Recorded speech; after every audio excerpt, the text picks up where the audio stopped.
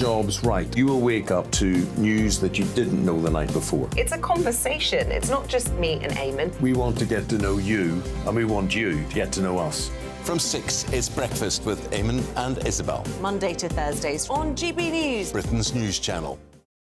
People in Britain, they love free speech, but they also love fair play. I don't care if I'm speaking somebody from a trade union, from the Labour Party, somebody from the SNP. And I think the viewers like to see that actually we can challenge one another, but in a positive way. We think we ask the questions that people want to ask, and often we ask the questions that we wanted to ask in Parliament but never got the chance to ask. So join us every Saturday, 10 a.m. till noon on GB News, Britain's news channel. Nightmare commute. Kick it up a gear with me, Patrick Christie's, at drive time, 3 till 6 p.m, Monday to Friday on GB News Radio. You can listen online and on DAB+, on the smart speaker app and on the GB News app. And if you've got an Alexa, all you have to say is, Alexa, play GB News. We're also on TuneIn and the Radio Player apps. From the school run to rush hour, get revved up with me, Patrick Christie's, on GB News and GB News Radio. Tired of the usual focus-tested, pre-prepared Westminster runaround? Well, so am I. So you want higher taxes? Is your department to blame for this? Are you rethinking this policy? Every Sunday at 9:30, I'll be sitting down with those in power to get the truth about the issues affecting you. Let's be honest, we've known about the cost pressures of this project for years, not months. That's the Camilla Tominey Show, a politics show with personality. On GB News, the People's Channel, Britain's news channel. Join us every night on GB News at 11 p.m. for Headliners, which is 3 top comedians going through the next day's news stories, which is exactly what you need, because when the establishment has gone crazy, you need some craziness to make sense of it. Headliners. You don't have to bother reading the newspaper. We've got it covered for you. Every night at 11 p.m. and repeated every morning at 5 a.m. We won't send you to sleep like some of the other paper review shows out there. So join us 11 p.m. every night on GB News. The People's Channel, Britain's news channel.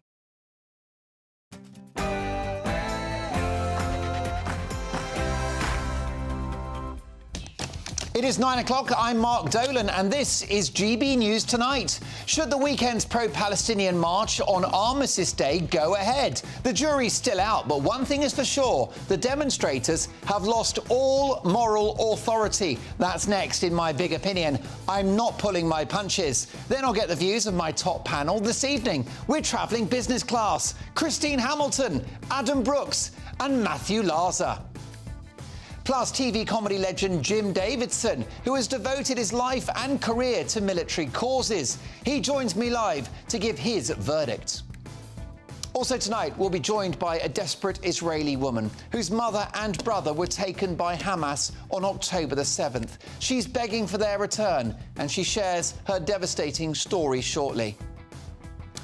Also on the way, Suella Braverman's crackdown on the homeless sleeping in tents provoked widespread outrage, but not from the Prime Minister.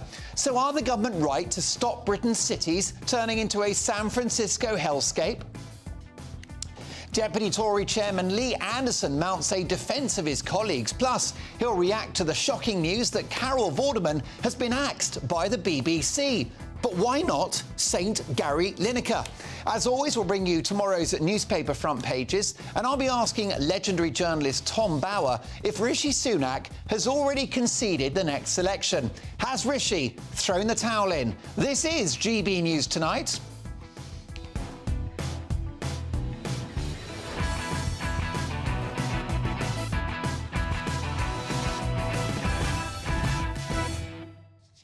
This is one of my last 2 shows in this Monday to Thursday slot, so don't miss a second, and don't miss my big opinion on how I wouldn't dream of going on those hate-filled pro-Palestine marches because of the optics. That's in 2 minutes' time. First, the news headlines and Polly Middlehurst.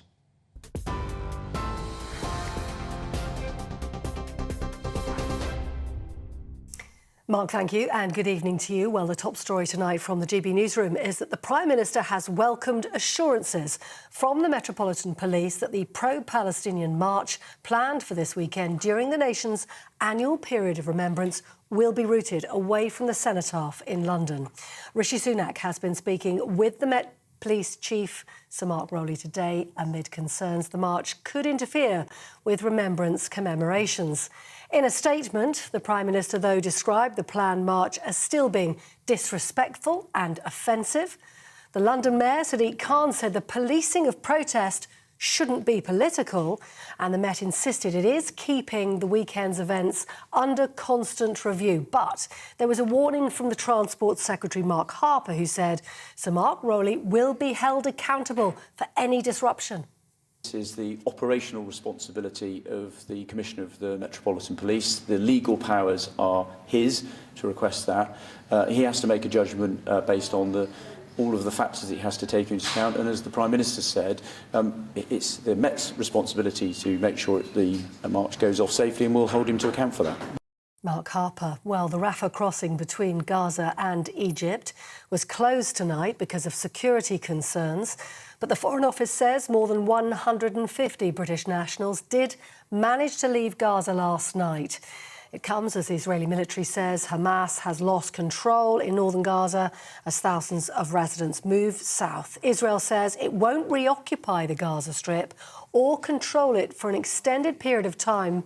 And the Welsh Parliament here has called for an immediate ceasefire in Gaza and Israel. 24 members of the Senate voting in favour of the motion, 19 against.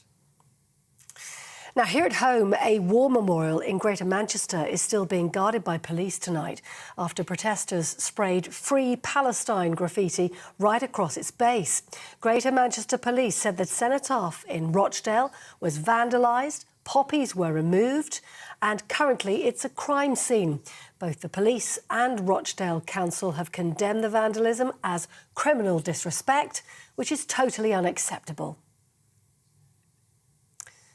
Now, a 15-year-old boy who died after a stabbing near a school in Leeds has been named tonight as Alfie Lewis. West Yorkshire Police say emergency services were called to Horsforth yesterday afternoon. Police have launched a murder investigation with one arrest of a teenage boy. Alfie's family say he was 1 in a million and he had the biggest heart.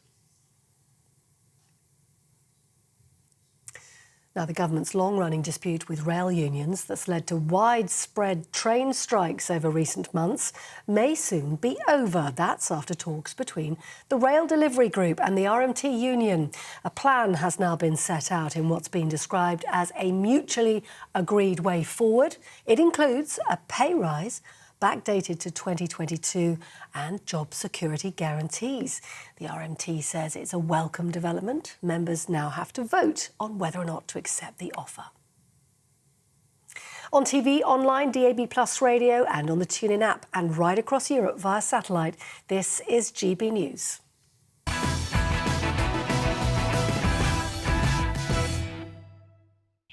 Good evening. Has it come to this? That our police are now so ineffectual, so afraid to offend, so willing to accommodate behaviour which is an affront to our values and our history, that they have to beg pro-Palestine protesters not to descend on central London this weekend as we remember our war dead. Welcome to the clown world of 2023, where the authorities have to beg for things. Wow. Now, whilst many at these demonstrations march in peace and have understandable concerns about innocent civilians in Gaza, concerns shared by most of us, time and again these events have turned nasty, with the chanting of hateful slogans, calls for a holy war, and the wiping out of Israel, the only democracy in the Middle East, being on their bill of fare. Much of the press look ready to label anyone planning to defend the cenotaph this weekend or stand up against the demonstrations as far-right extremists. Now, there could be some bad actors looking to capitalise on this tense situation, which I wholeheartedly condemn. However, those that wish to see Remembrance Weekend acknowledged with respect and quiet dignity come from all backgrounds, all races, all religions and nationalities, all parts of our society. And let me tell you, they are not far-right extremists. And where is the condemnation of Hamas on these marches? They are, of course, the ultimate extremists. I haven't seen one placard calling for the return of Israeli hostages. Where is the outrage on these marches that, according to Israel Defense Forces, Hamas have placed their headquarters in the basement of a hospital? There are reports that they're using ambulances to transport armaments and that in recent days they've planted booby traps in nurseries in Gaza. Nurseries. Whilst I'm deeply worried about the innocent people in Gaza, I wouldn't dream of going on one of these marches for fear that I could be seen to support the horrors being perpetrated by these twisted extremists. If you're listening, BBC, these terrorists. Just by dint of their proven links to Hamas, these marches contain the DNA of hate and the DNA of terror. And it's a sick joke that these marches were provoked not by a concern for the plight of Palestinians. They are Hamas's ultimate victims, of course. No, these marches came about after Israel was the one being attacked. Meanwhile, this is what a peaceful protest looks like. A vigil, also in central London, for the victims of October the 7th, 200 of whom remain captive in Gaza, including children. Many on these pro-Palestine marches mean well and they come from a good place. They want peace. We all do. But they risk becoming Hamas's useful idiots. And the timing of the marches this weekend is profoundly disrespectful. If we allow individuals to call for a holy war on the streets of London and the wiping out of one group of people because of their religion or race, in a direct echo of Hitler's fascism, what exactly did our soldiers lay their lives down for? Those planning to march this weekend can take a hike. Now, what's your reaction? Mark at gbnews.com. Let's get the views of author and broadcaster Christine Hamilton, businessman and activist Adam Brooks, and former Labour Party advisor Matthew Larser. Can I start with you, Christine? What do you think about these marches at the weekend? I wouldn't want to go on one because I wouldn't want to be linked to terror. Exactly. I think you've summed it up brilliantly. Everybody in this country defends freedom of speech. We all do, and we all know about Voltaire. You know, he would lay down his life for the freedom of somebody else to say what he profoundly disagrees with. We all understand that. This has gone too far. Freedom of speech has to be limited. It's not absolute, and the freedoms of one clash with the freedoms of another. And when they clash, there has to be a decision, and it's a political decision as to which freedom takes precedence. And in this country, to me, the precedence should be taken by the people who support British culture, British way of life, British tradition, mourning their dead, respecting their dead, etc., etc. And for, what's his name, Mark Rowley, it's so mealy-mouthed for him to say, oh, there's no reason to cancel this march. There is every reason to cancel this march. The fact is you emphasise that he begged them to change it. What an idiot. What on earth did he think they were going to do? And I think it is so disrespectful. They've had, was it 2 or 3 Saturdays where they've been marching? They didn't have to do it this one. And as you've just said, a lot of the people marching will be genuinely with concerns about Palestine. But they must know perfectly well, they are useful idiots, they must know perfectly well that this is Hamas-inspired. And the leaders of this march, amongst them, will be the leaders of Hamas, not Although the real leaders. You can't say, can you, that people that are pro-Palestine are necessarily against British values. We've got no proof that that's the case. No, of course I haven't. But what is on offer here are two different... There's a choice between the freedom of normal... I mean, decades ago, it would be unthinkable that anything interfered with Remembrance Day. Our whole culture has changed, and the balance of the culture has changed, and I'm afraid... if that march goes ahead, which I fear it will, it shows that the other side are winning. And it is disrespectful of British culture. I don't know about other side or you know, them and us in regards to this, Adam, because I just wonder whether what we're seeing with these marches is quite a British thing, which is the right to protest. There should always... I've been on protest. There should always be the right for peaceful protest. What I disagree with here is that there is a public safety issue. There will be trouble. It's obvious. How Mark Rowley seems to think that it's going to go ahead without any incident. He's living in cloud cuckoo land. At the end of the day, in 2011, the English Defence League, EDL, were stopped from marching on safety grounds because there was known troublemakers attending. The Metropolitan Police put a stop to that. Why can't they put a stop to this? In recent weeks, we have seen placards calling for the destruction of a democratic ally in the world. We have seen placards mocking, you know, with paragliders, mocking people that were killed at a peace festival. A peace festival. These weren't Israeli soldiers or people that are supporting Israel. They was at a peace festival. Some of them foreigners, not even They were Israelis. massacred. Yeah. Now, I don't know what sort of human you have to be. You know, I don't care if I don't like someone. I would never wish death on anyone. And it really does upset me that on our streets we have got pictures of paragliders taking the mickey out of this atrocity, and police just standing there. You know, hate speech, threats, call for jihad. Our police do nothing. They're frightened. Fireworks. They are frightened. Fireworks to the police. But in 2011, they had the balls then to stop the English Defence League doing their protest because there would be trouble.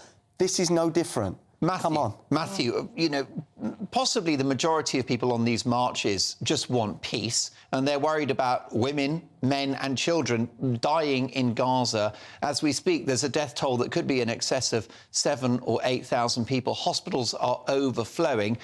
This weekend, have they got not a right to speak out about that? No, because nobody has people have got a right to speak out at any time on anything, but it's how you speak out that matters. And clearly, this weekend, which is a weekend of remembrance of all those who died, British and others in the World Wars, and including by British, all those from the British Commonwealth, Empire as it then was, including many Muslims from what's now Pakistan and Bangladesh, which was then part of India, which provided tens of hundreds of thousands of forces in both world wars. So it's all about appropriateness. And the other thing is anybody who cares about Gaza, these protests are not doing any good. They haven't changed the British... They're changing public opinion.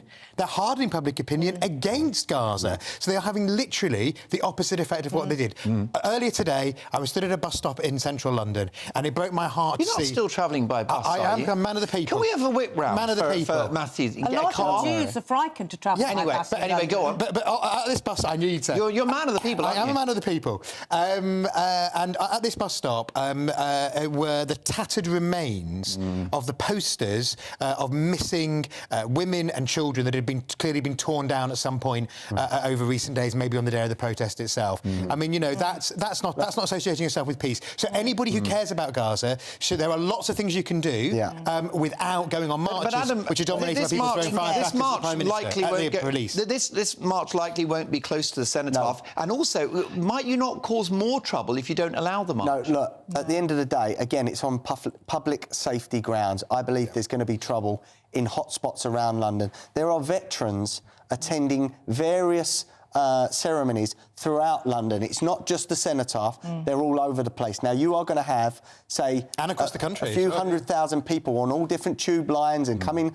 There will be clashes, unfortunately, and it is disrespectful. Now, again, we all want... Look, I think I speak for most people. I would like peace in the Middle East. To see bombed communities in Gaza, kids dying, women... That upsets me too. OK. But at the end of the day, there cannot be peace when you are trying to negotiate with a terrorist group that are still calling for the destruction of a democratic country. How can you talk to barbarians like that are just going to massacre kids? And the record of the Met... Sorry, Christine. I'll come back to you, the record on the Met is just unbelievable, because as you said about the EDL protest, let's take ourselves back just a couple of years to the Sarah Everard protest, when the Met broke up a group of women holding a vigil for somebody who was murdered by a member of the Metropolitan Police Force. And yet they have to not tell these protests not to go to the cenotaph, they have to beg. It's pathetic, and it adds to the crisis that the Met is in. Christine, you get the last word. Well, I think I said earlier, the police, I think they're scared. I think they're frightened, and frankly... And they feel outnumbered, don't they? Well, they are outnumbered. And imagine if you were a policewoman. I've seen one or two of the policewomen. Some of them they're not tall, they're not big. Yeah. And you imagine being surrounded by the... You and I are old enough to remember tall coppers, aren't we? We are.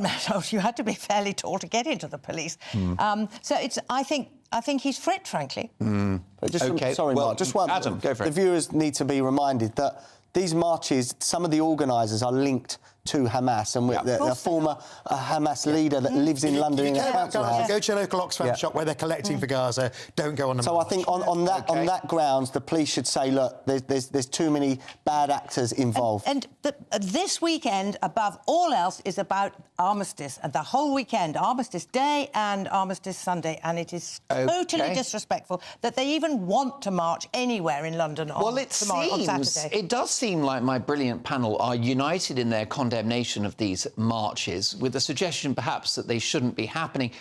I don't think you can ban them, but I think they should be policed correctly. But what's your view? Mark at gbnews.com. Still to come, Suella Braverman's crackdown on the homeless sleeping in tents provoked widespread outrage, but not from the Prime Minister. So are the government right to stop Britain's cities turning into a San Francisco hellscape? Deputy Chairman of the Conservative Party, Lee Anderson, is live in the studio to hit back at the Home Secretary's critics. But next up, I'm joined by a desperate Israeli woman whose mother and brother were taken by Hamas on October the 7th. Her brother has already been killed. She's begging for the return of her relatives, and she shares her devastating story next.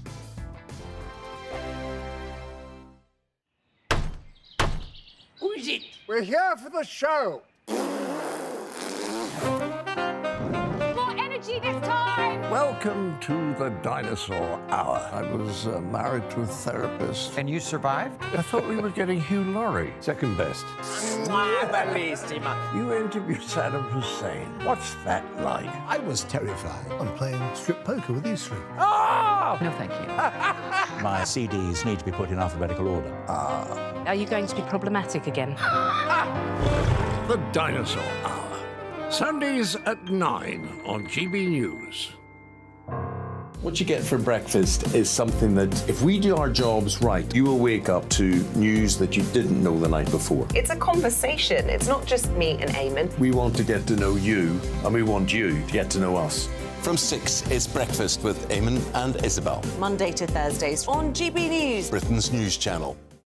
People in Britain, they love free speech, but they also love fair play. I don't care if I'm speaking somebody from a trade union, from the Labour Party, somebody from the SNP. And I think the viewers like to see that actually we can challenge one another, but in a positive way. We think we ask the questions that people want to ask, and often we ask the questions that we wanted to ask in Parliament but never got the chance to ask. So join us every Saturday, 10 a.m. till noon on GB News, Britain's news channel. Nightmare commute. Kick it up a gear with me, Patrick Christie's at Drive Time, 3 till 6 p.m, Monday to Friday on GB News Radio. You can listen online and on DAB+, on the smart speaker app and on the GB News app.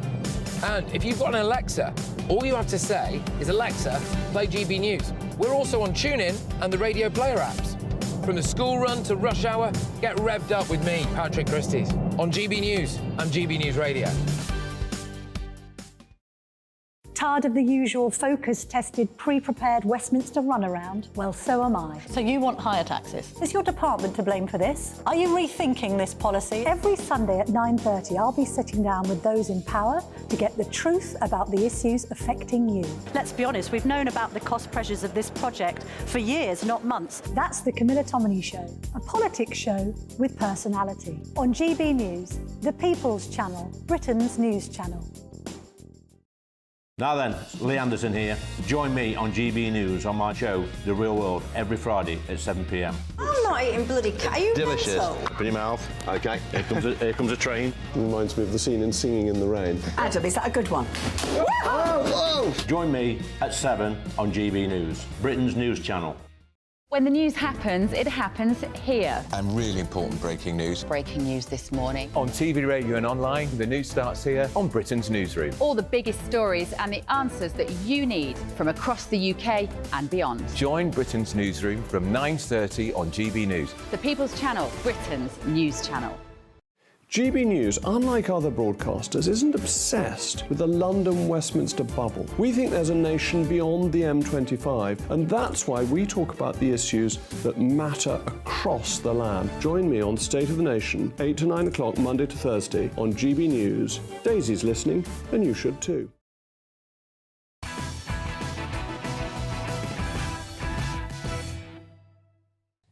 Well, a big reaction to my big opinion, Mark at GBNews.com. Richard says, Dear Mark, I would let the marches go ahead and see all the undoubted trouble. Then fire Rowley, who is the Met Chief Police, and revisit multiculturalism in this country.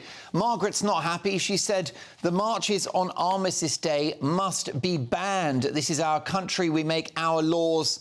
They must be obeyed or else get out. And Sarah says, hi, Mark, it's all about respect. Why on earth should anyone support their right to peaceful protest, if you can call it that, when they're showing utter disrespect for our ancestors and veterans who fought for their right to peacefully protest? I think this will be a turning point for people, says Sarah. Keep those emails coming, Mark at gbnews.com.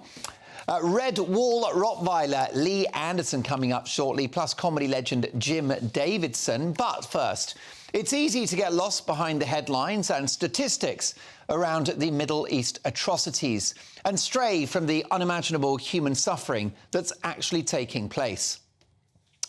My next guest is a British-Israeli woman whose elderly mother and older brother were kidnapped by Hamas terrorists from their home on October the 7th. While dealing with the horror and anguish at not knowing what has happened to them, Ayelet Zvatitsky has also been suffering the heartbreak of finding her other brother, Roy, murdered behind his house by the death cult.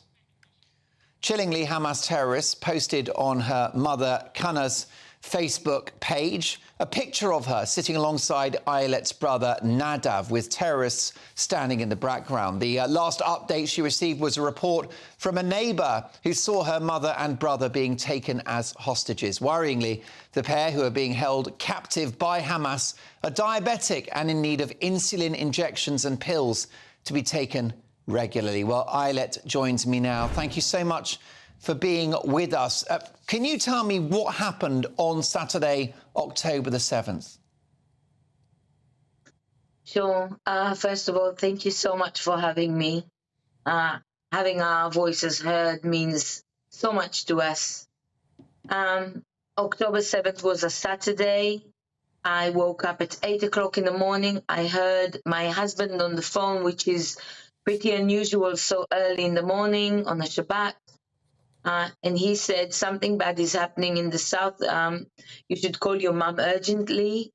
So I grabbed my phone, and just as I opened it, I saw my WhatsApp group that I have with all my childhood friends, just absolutely blasting with messages. And I've learned that there was a terrorist attack on the kibbutz, missiles, and a ground invasion. So I immediately called my mom, and I told her, go in the safe room, lock the safe room, don't let anyone in, don't answer your door. I didn't know at the time that you can't actually lock the safe room because it was designed to protect them from rockets, but not from actual terrorists inside your home. She told me her house wasn't locked, and the next thing I know, I hear men's voices speaking to her in English with an Arabic accent. They might have heard her speaking English to me because my mom was born in South Africa. So I hung up the phone because I realized that the terrorist got to her. And I called my brother, who lives next door to her, just 10 meters apart. And I told him, Nadav, go into the safe room, lock yourself in, don't let anyone in. I don't know what's happening at mom's, because I didn't want to make him panic. And then I heard the same men's voices talking to him, and I realized that the terrorists got to him as well. So I hung up. I called people on the kibbutz, our small community, to let them know that the terrorists were at my mom's and at my brother's. And that's when I realized that the small security group that we have was already engaged in combat on different neighborhoods in the kibbutz, that this was a massive attack, and no one could get to them.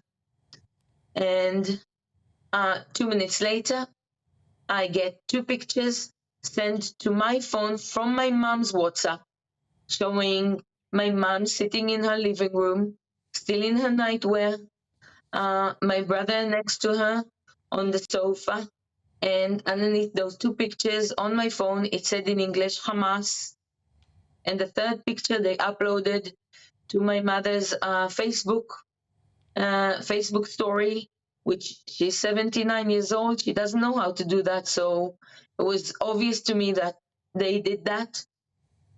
And I later learned that my neighbors saw them being taken out.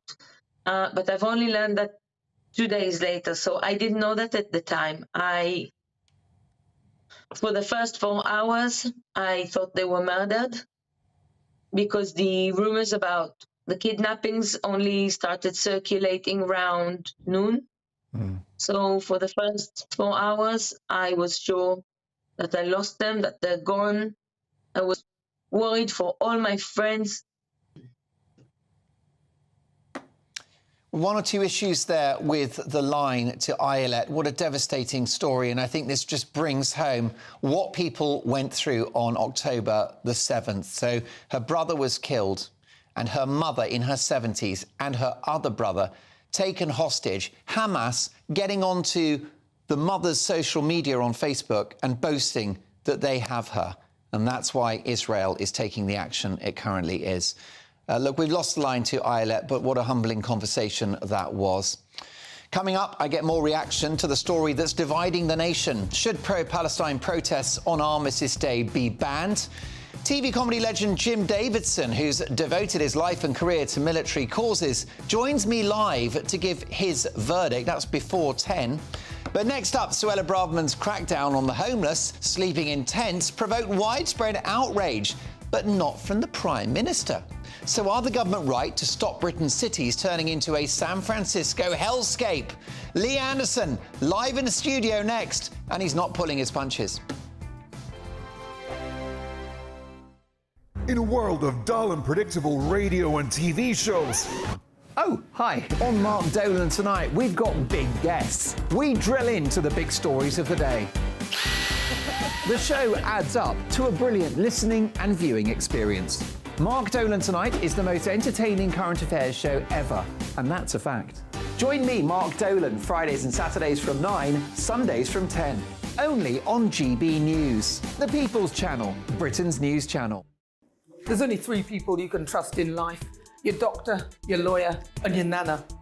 I'm not sure. So join me, Nana Aquare, at 3 p.m. every Saturday and Sunday, where we discuss the biggest topics of the weekend. Be ready for battle. Could you be quiet? What is this? It's my new teeth. It's your new teeth. I don't bite. Well, not without a good reason. Always honest, always fun. Every weekend at 3 p.m. on GB News, the People's Channel, Britain's news channel.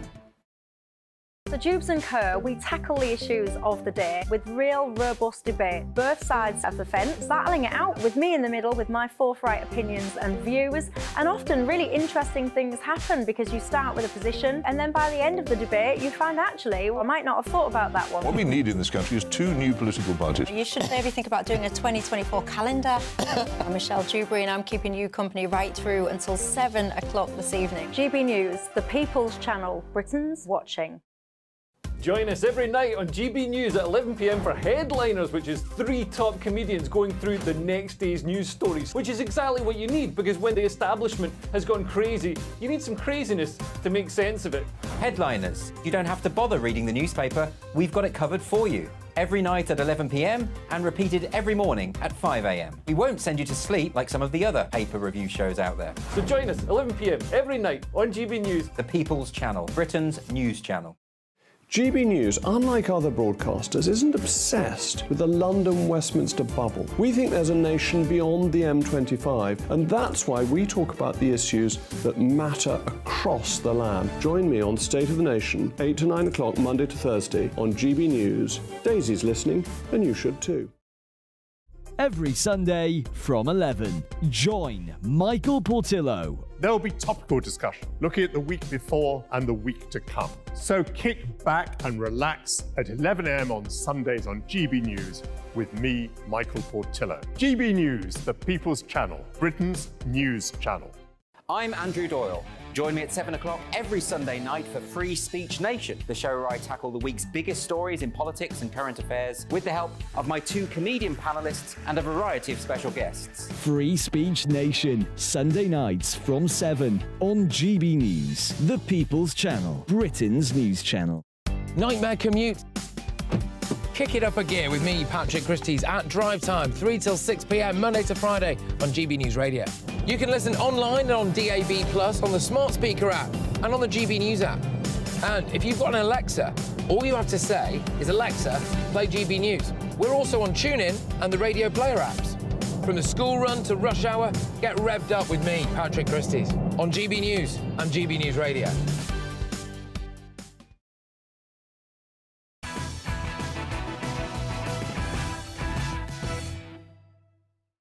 Comedy legend Jim Davidson on the way. But time now for Westminster's toughest talking MP, Deputy Tory Party Chair Lee Anderson. Never one to pull his punches, Lee dropped more truth bombs when he publicly backed his under-fire Home Secretary Suella Braverman when she took a firm stand against homeless people pitching up tents. Suella Braverman warned that the behaviour would turn Britain into a lawless liberal hellhole such as San Francisco, Los Angeles or Seattle, where literal tent cities riddled with crime and drug use have made entire neighbourhoods no-go zones. Do we want that for Britain? Well, Lee said on Twitter, coming to a town near you, direct from the USA. Well, that's if Suella Braverman is ignored. 1 tent becomes 2, becomes 3, becomes 4. You know the end result. The big man joins me now. Lee, great to have you in the studio. Lots to get through.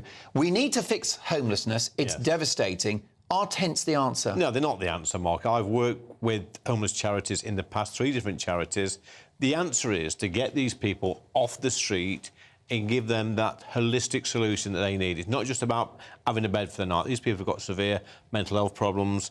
They struggle to conform. They struggle to live in that home environment. And, you know, we see these tents on the street. Like I said in the tweet, Mark, 1 tent becomes 2, becomes 3, becomes 4. Before you know it, you've got a whole community of tents, like you see in America, in San Francisco, seeing it myself. And these are a magnet for crime, antisocial behaviour, drug dealing, prostitution.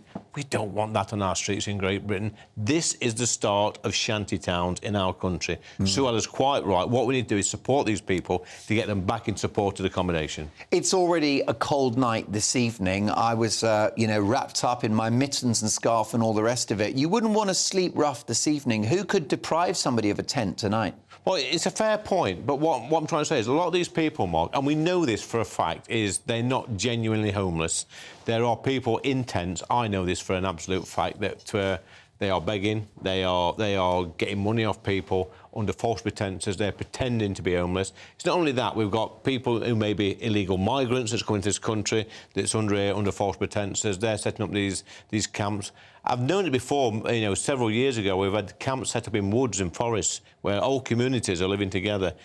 Look, it's 2023, Mark. We're in Great Britain, a great country. People should not be living in tents. There is no excuse for anybody living that lifestyle. And it's very, very difficult sometimes to get the people off the streets, out of the tents or wherever, to get them in supported accommodation because they feel safe in these communities. However, I mean, we can't, know case by case who these individuals are. And, the tents, you could argue, are evidence of the Conservatives' failure to tackle the problem. Well, that's a load of rubbish, Mark, and, it's a load of rubbish. There are loads of homeless charities in this country. People should not be living on the streets. Go to my local council, you will get a homeless interview straight away, you will get accommodation. Look, we're housing illegal migrants in this country at a cost of £8 million a day. If people coming over on a boat can get access to a barge, a hotel, a boarding house, a disused army camp, then we can put our homeless up, can't we? Most definitely. Well, Lee, let's go on to another story that you're at the heart of, as always.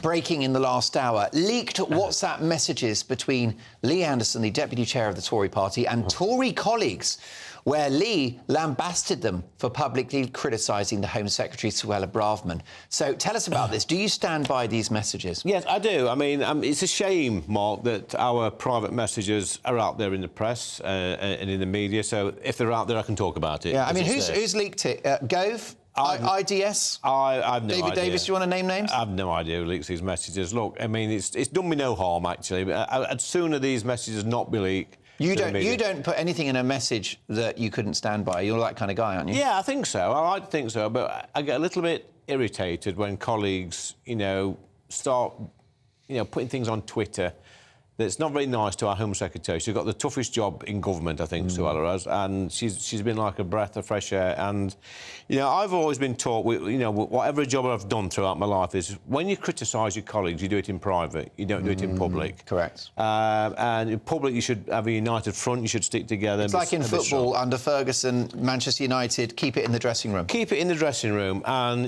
when people share things out to WhatsApp groups, that's a no-no for me. Look, there's probably ministers I disagree with some of the things they say or the policies they've got. I would never criticise them. Is there a certain type of Tory MP that would leak this story? Do you have the measure of who it might be? I've got no idea who it may be. I mean, we've had leaks in the past, and people are no longer in the party, would I say, and the leaks have sort of stopped. You can make your own mind up about that one. Yeah. But it's mischievous. I mean, I don't know what my colleagues are thinking of when they leak stuff to journalists. The two most untrusted professions in this country are politicians and journalists, as you all know. For sure. Mark. So when politicians are leaking stuff to journalists, I just think, why are you doing it? What about Suella's way of communicating? Do you think she's a little clumsy in her language? I think sometimes all politicians are a little bit clumsy because we get caught on the hop. We have to say things instantaneously. The media are all over us. But you know what? She uses strong language. She uses sometimes salty language. But in the real world, Mark, when you get out of this bubble of politicians and lords and ladies and media and you lot, people want to hear this sort of language. That's straight not talking. That's not offensive on the streets of Ashfield. Can you stand up her suggestion that the illegal migrant crossings are an invasion? Are you comfortable with the suggestion that camping out in a tent is a lifestyle choice? I mean, is that language that Lee Anderson would use? She's right. Because you're a diplomat. You're a gentleman. I'm not a diplomat at all. She's right on the illegal migrants. The homeless stuff, I mean, she's been misquoted on that with it's a lifestyle choice. There is some people deliberately living in tents that's been offered the keys to accommodation. Professional beggars. Professional beggars. Now, if they're offered accommodation and they turn it down, that is a lifestyle choice. End of. OK, all right. Well, listen, there you go. Big news at the BBC, Lee, and I know you're a big, avid listener and viewer to our national broadcaster. Tory attack dog Carol Vorderman has been sensationally sacked from her weekly BBC morning radio show in Wales over her Twitter use, criticising the government, which now breaches new BBC social media guidelines. So is that the right decision for the Beeb? And why not Gary Lineker? Well, I'm shocked. I'm going to miss Carol. On the television. A good show. Not that I ever listened to the BBC or watch it because I ripped my TV licence up many, many years ago. I'm not paying for that rubbish. And if they come knocking on my door, Mark, as I said before, the heavies will get told to clear off. Look, Carol is what is known as in this country as a prolific media nuisance. She's forever on Twitter and whatever platform having a go at people like me. She's trolled me in the past. She needs to clear off, actually. I mean, the sad news is now she's off to the BBC. This will give her even more time to mess about on her phone and put out ridiculous tweets. I mean, she probably needs to go and see somebody. But why has she got so many followers on Twitter? Wouldn't that suggest that some people agree with what she's saying? Well, I don't know how many followers she's got on Twitter. About 800,000? About 800,000. But, there is a market for these sort of people. And I think Carol sort of attracts these lunatics that follow her on a daily basis. They hang on every word, and when she tweets something out about me, they all pile on me. But the people that follow her, they're very kind. It says so on their Twitter. It says they're not be very kind. Now, they always say they're the nice people, aren't they, Lee? Listen, Mark. They always say the kinder, gentler politics, and these are probably the most nastiest people in our society. Look, Carol's got a platform. She says, I think she says the wrong things most of the time. A bit like Lineker. Lineker's a bit smarter than Carol, to be honest. But when she says some of these nasty, horrible things, she actually reveals what she's all about. The BBC actually, for once, have manned up and been there. They should start now with Lineker and get rid of him as well, because he's getting on my nerves and he's getting probably most of the country's nerves with the virtue signalling. I mean, every single political argument he comes out with, he's on the wrong side. When you say that Carol should clear off, I mean, what do you mean by that? Well, I mean, I know she's got a busy private life. I'm not prepared to talk about that live on air. She needs to just shut up and She's like you. She attracts the opposite sex, and that's fair enough. Well, I don't know if I attract the opposite sex or not, Mark. But I think there are the Lee Anderson groupies. They're always hanging around outside here. Well, are they really? Which way? Show me. But no, she needs. Look, she's a, what do you call her? A B celebrity. A career in television's done. You know, she's done a bit of radio. At times at an end, she needs to just go away somewhere, you know, bow out gracefully and retire. And use the bus pass. That's good, isn't it? I'm sure she's far too young for that. Well, listen, let's take a listen to what Carol had to say. Despite my show being light-hearted with no political content, it was explained to me that as it's a weekly show in my name, the new guidelines would apply to all and any content that I post all year round. Since those non-negotiable changes to my radio contract were made, I've ultimately found that I'm not prepared to lose my voice on social media, change who I am, or lose the ability to express the strong beliefs that I hold about the political turmoil this country now finds itself in. Listen, I'll be honest with you. I think she's a very talented broadcaster and she's entitled to her opinion, especially now that she doesn't work for the BBC. Lee, can I have a quick word with you about yesterday's King's speech? I was awake for some of it, but not the whole thing. It was thinner than Posh Spice on the keto diet. Were you disappointed with it? Well, look, Mark, I mean, people make a big deal about the King's speech. It's a plan for the year, and that's all it is. I mean, the real detail, I would imagine, the thing that I'm looking forward to is the autumn statement in a couple of weeks' time. That's when the financial measures are introduced or explained, and that's when people will actually realise what's in their pocket at the end of the day. It's when businesses realise, you know, are they going to fare over the next year? I mean, the King's speech is just a plan for the year. You know, the media make a big deal out of it. It's legislation that we knew was in. There's no surprises in there, Mark. We knew what was in there, so I don't know why everybody's getting into such a, you know, tiz about it. Has Rishi Sunak's head dropped a little bit? What do you mean? Well, he looked a little depressed in the Commons yesterday, especially when Suella Braverman was being mocked by the opposition. Well, do you think his heart's still in it? You know the boss. Yeah, I know. Has he still got the fight in him? Of course he is. I mean, he's a supremely intelligent man. You know, this is a man who was just a backbench MP 8 years ago, and now is the Prime Minister of the country, so it's a meteoric rise to fame, if you like. Suella is always going to get a lot of stick because she is the one person in our... Well, one of the people in our cabinet that the left, the Labour Party, absolutely fear. She's got her finger on the pulse. For me, I know she goes down incredibly well in the Red Wall. You know, people always say to me when I go back to Ashfield, Suella's speaking my language. We need to get behind her and support this lady because I think she's a class act. Lee, it's always a thrill when you come into the studio. Look forward to your show on Friday night. Of course, always unmissable stuff. That is 8 o'clock on Friday. Lee Anderson, 7 folks. o'clock. 7 o'clock, there you go. Glad I got the memo. Right, I'm in trouble now. Made an enemy. He'll be on WhatsApp having a go. Coming up, as Keir Starmer faces his first sensational front bench resignation, is division over Israel proof that a Labour government would be 5 years of total chaos? My panel thrash that one out shortly. But next, I get some more reaction to the week's big story. Should planned pro-Palestine protests on Armistice Day be banned? TV comedy legend Jim Davidson, who has devoted his life and career to military causes, joins me live to give his verdict. Jim Davidson is next.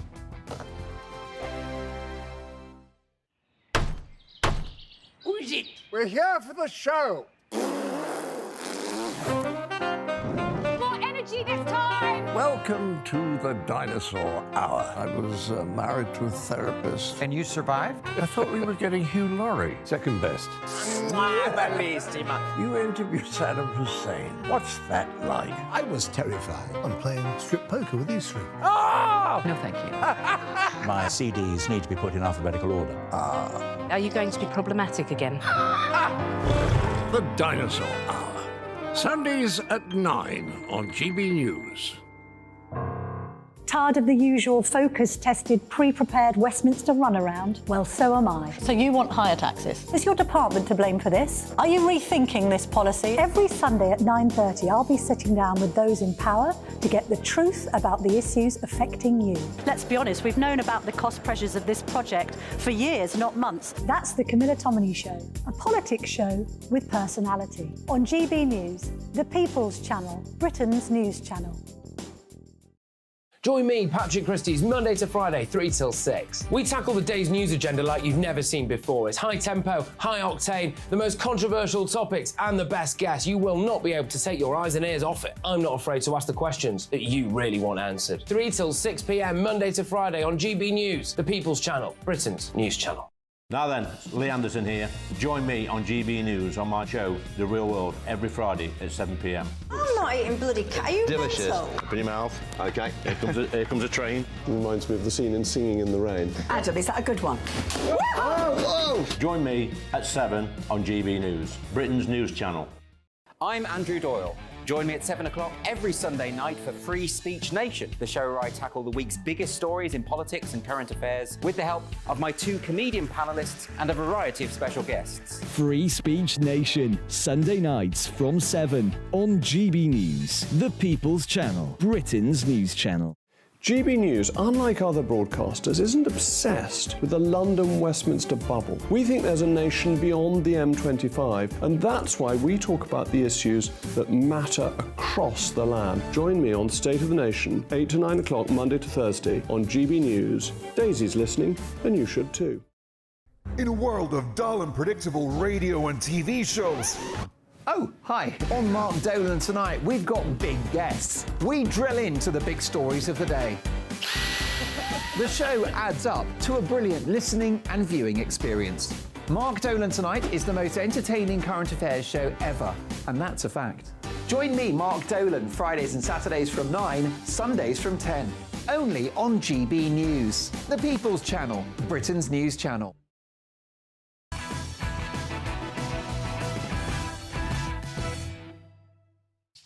Gary on email is not happy about homelessness in this country. Mark at gbnews.com. Gary says, hi, Mark. Lee Anderson says that criticism of the government regarding homelessness is rubbish, but it's the clear failure on the part of the Tories. Illegal migrants are not in tents. They are in 4-star hotels. It's our people that are on the streets. Let's talk about lawlessness on the streets. It's the demonstrators causing trouble, not the homeless, says Gary. Keep those emails coming. Mark at gbnews.com. The brilliant journalist Tom Bauer later in Uncancelled. Have the Conservatives conceded the next election already? Do we need to strap in for 5 years of Labour? But first, it's time for comedy legend Jim Davidson. And Jim, Police Chief Sir Mark Rowley has stuck his guns and refused to ban a pro-Palestine march on Armistice Day, despite coming under political pressure. Sir Mark was hauled into number 10 for talks with Rishi Sunak earlier today, but made it clear there was insufficient intelligence that public disorder was sufficient to ban the march, whilst also offering the PM some assurances. A statement released by number 10 this afternoon said, it's welcome that the police have confirmed that the march will be away from the cenotaph and they'll ensure that the timings do not conflict with any remembrance events. But there remains the risk of those who seek to divide society using this weekend as a platform to do so. So, Jim, great to have you on the show. What do you think is going to happen this weekend? Are you worried about trouble? Well, I've been seeing a few little things. Don't forget that the veterans are there for a long weekend. They like to unscrew a few corks and get together and celebrate the time when they were young and life was different to how it is now. These guys are going to hate that. Yes, everyone has the right to protest, but I can't help thinking that the timing of this has been picked to cause trouble. And almost race baiting, if you like, and provocation. And this is what gets me about the Palestinian people, who are great people. Why aren't they protesting against Hamas? Do you know what? This when they talk about the Second World War, we were fighting the Nazis, not the Germans. They don't say we were fighting the Germans, but we were fighting the Germans, and that they elected the Nazis took over. It's the same now. They say about the war in Israel, not fighting the Palestinians, they're fighting Hamas. Well, let's hope that's the case, and the Palestinian people should rise up against Hamas, who basically drew first blood and caused all this carnage. I hope that the Palestinian people and the lefties and the Labour supporters and nutcases that are all there with their banners have some respect for the old men and women of this country who fought for the right to give these people the ability to protest and have free speech. It's sad if there's any trouble, Mark. Well, indeed, Jim. You've done so much charity work for our servicemen and women, your whole life, your whole career. How will these folks feel if this weekend's memorial is disrupted? Well, I think they'll be very, very angry, and all of us here will be disappointed. And it will be such a sad thing. The idea of protest is to draw a favour from people to support your cause. This will do the Palestinians and the Hamas and the people that support, and they're looking for a ceasefire. That's not going to happen. Protest doesn't cause governments to do stuff. But all these old fellas that we can see now that spend the whole year getting ready for this, they're going to be so upset and disappointed and angry. And don't forget, Mark, they might be veterans, but they're still paratroopers and Marines and infantry and SAS. There might be 60, but as they said in the Wild Geese, I wouldn't like to be up against them, sir. Nicely done. He's got the voice off as well. Jim, it's a dilemma, though, isn't it, for the government? You're absolutely right that we've got to have a right to protest. But then disruption and trouble could happen this weekend. So would you ban the marches? Would you go that far or not? No, I wouldn't ban anything because I'm a great believer in free speech, and I've suffered from not being able to speak freely. Even today, Boom Radio have banned Ustream's adverts because they don't like me. So what is that about? Crazy. I think the government should just let the Metropolitan Police step in, and if the police think there's going to be trouble, they should stop it. I'd bypass that Rowley, though. I think he's joined at the hip with President Biden, and the two of them would make the odd couple, wouldn't they? Wouldn't they? Boys. Too right. At least Rowley could do the talking. Jim, let's stay on the military and have a bit of fun because manpower, that's right, manpower has been banned by Australian armed forces following a woke inclusion drive which aims to use genderless language. So, Jim, who has the man hours to come up with this rubbish? Well, you know, mate, I'm a great lover of the Australian Armed Forces. I've been in Afghanistan with them and a few other places. And I'm telling you, mate, whoever made this up is probably some Sheila, some lefty Sheila in government. And I tell you what, mate, Skippy would turn in his grave. Or to be more precise, Skippy would turn in their grave or her or whatever. Skippy would turn in Skippy's grave. You got to get the pronouns right. I mean, we don't have much hope in the West if these are the people defending us, do we, Jim?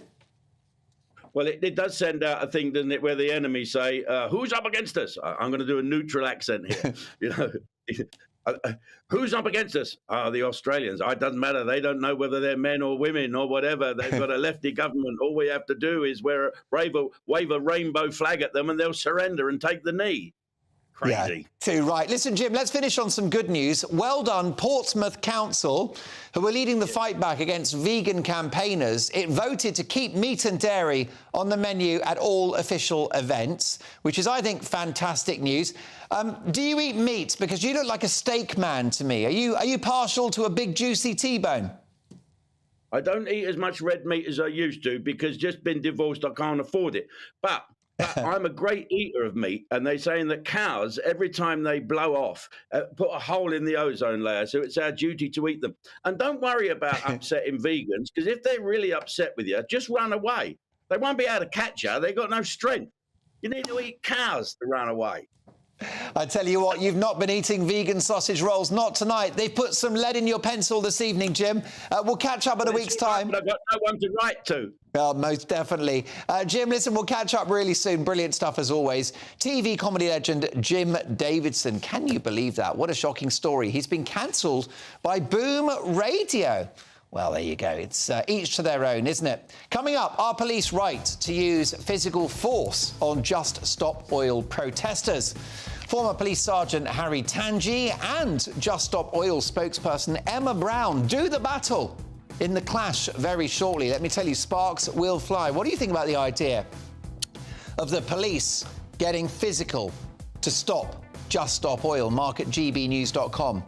But next, as Keir Starmer faces his first sensational front bench resignation, is division over Israel proof that a Labour government would mean 5 years of chaos? Well, my panel thrashed that one out. Plus, we got a breaking story, which is a guy that worked for Keir Starmer until a week ago has been organising the march this Saturday. You couldn't make it up. We'll deal with all of that next. A lively hour to come. Don't go anywhere.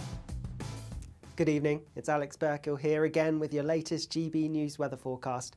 Whilst there will be some clear and sunny spells through the next day or so, there will also be plenty of heavy and possibly thundery showers because low pressure across northern parts of the UK is dominating the weather, leading to a breezy and showery theme for many of us. As we go through this evening and overnight, showers across western parts of Scotland and Northern Ireland will become more widespread, filtering across many areas of England and Wales. Some of these could be heavy, possibly even thundery, but there will be some clear skies in between, especially across northeastern parts of Scotland. Here, a touch of frost is quite likely, and even elsewhere, a bit of a chilly start first thing on Thursday morning. Through the day itself, though, it is going to be a showery picture for many of us. The heaviest showers will be in places towards the west, exposed to the brisk winds. Also some hefty showers towards the far southeast as well. Likely to be driest across eastern areas and across central and northern Scotland, with some decent sunshine here, but temperatures a little on the low side. Highs around 8 or 9 Celsius, milder further south with highs around 11 or 12. Friday then gets off to a bit of a damp start across southern areas with some showery rain, but that clears away, and then we end up with a northerly wind. And in that northerly wind, we're going to see the most frequent showers across northern parts of Scotland, Northern Ireland, and perhaps fringing into western and eastern coasts. Elsewhere staying drier, and more dry weather to come as we go into the weekend before some wind and rain arrives later. Bye-bye.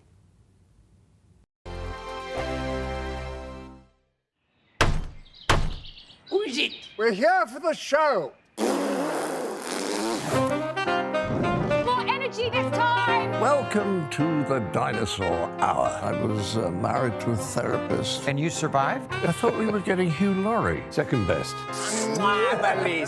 You interviewed Saddam Hussein. What's that like? I was terrified. I'm playing strip poker with these three. Oh! No, thank you.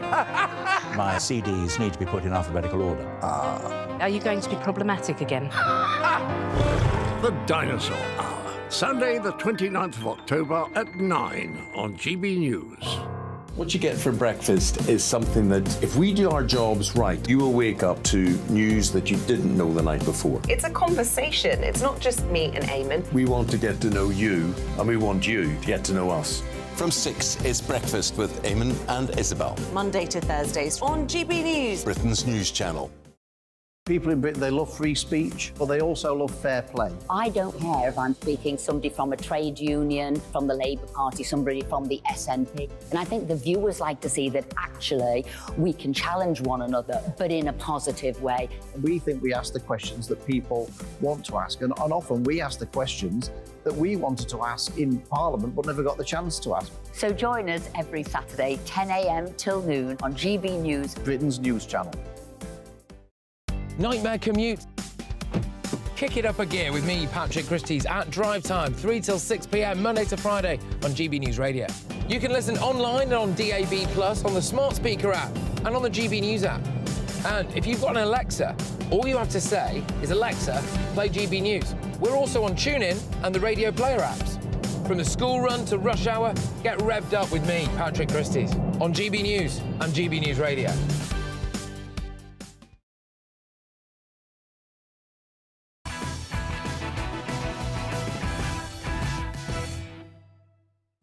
It's coming up to 10 o'clock. I'm Mark Dolan, and this is GB News Tonight. And breaking this evening, the organisers of this week's Armistice Day anti-Israel march worked for Sir Keir Starmer until, wait for it, a few days ago. Damning revelations from the Sun newspaper breaking overnight show that Ben Soffer, secretary of the Palestine Solidarity Campaign, the group behind London protests over the past 4 weeks, was until this week the Labour Party's £61,000 head of digital organising. That's right, 61 grand to be a top honcho in the Labour Party, and he's organising a march for this Saturday. It comes as Starmer faces his first sensational front-bench resignation over his Middle East stance. So is Labour doing its best to blow the general election open goal? That's the big debate next with tonight's top panel this evening. Christine Hamilton, Adam Brooks and Matthew Larzer. Also tonight, climate zealots feel the strong arm of the law.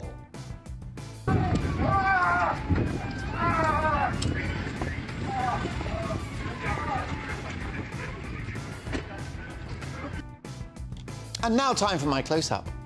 Are police right to use physical force to remove Just Stop Oil protesters? Former police sergeant Harry Tangi and Emma Brown from Just Stop Oil do battle in the clash. Meanwhile, as a Tory minister says the government seems to have given up following a dismal King's speech, has Rishi Sunak already conceded the next election? I'll be asking one of Britain's most respected and most fearless journalists, Tom Bower, live in the studio before the end of the hour. Plus, as it's revealed, a third of kids go to school hungry. Is it the state's job to feed our children? My panel gets stuck into that dilemma when they return for another fiery debate. Also, find out why Channel 4 has been nominated for a gong in tonight's Greatest Britain Union Jackass. And we've got tomorrow's front pages minutes away. Also, folks, let me tell you that we've got your opinions coming in thick and fast. Mark at gbnews.com. The laptop is positively smoking. And would a Labour government mean 5 years of chaos for this government? We'll do that straight after the news headlines and Polly Middlehurst.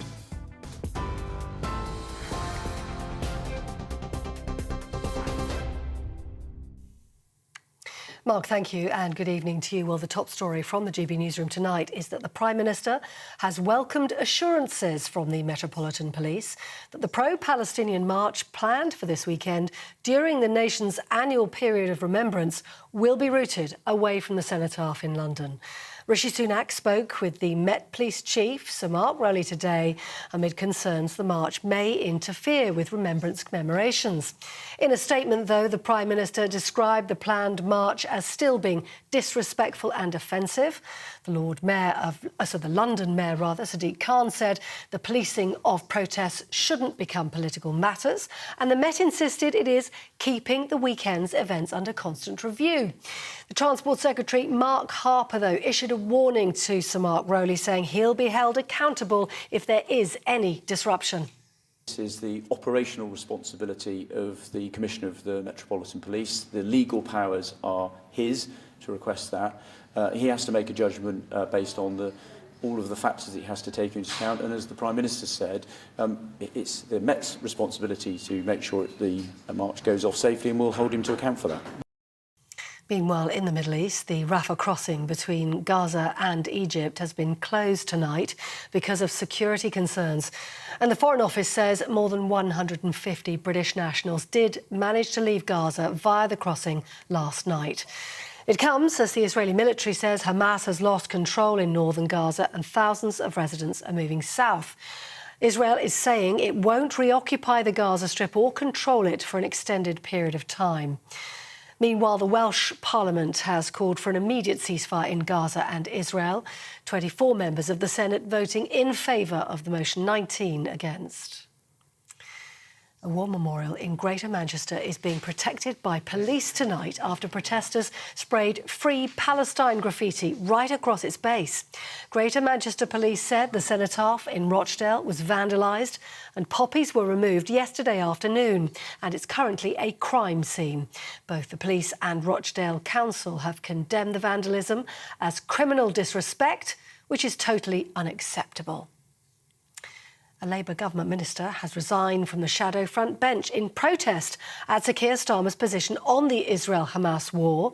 Imran Hussein's resignation letter says it's become clear that my view on the ongoing humanitarian catastrophe in Gaza differs substantially from the position you have adopted, addressing Sir Keir Starmer. Meanwhile, it's emerged tonight that the organiser of this weekend's Armistice Day anti-Israel march worked for Sir Keir Starmer until this week. It's being reported in the last hour the Secretary of State, Secretary of the Palestine Solidarity Campaign, Ben Sofa, was also the Labour Party's head of digital organising until just a few days ago. That news coming to us in the last hour. Now, the government's long-running dispute with rail unions that's led to widespread train strikes over recent months may soon be over. That's after talks between the Rail Delivery Group and the RMT union. A plan has now been set out in what's being described as a mutually agreed way forward. It includes a pay rise backdated to 2022 and job security guarantees. The RMT says it's a welcome development. Members now vote on whether or not to accept the offer.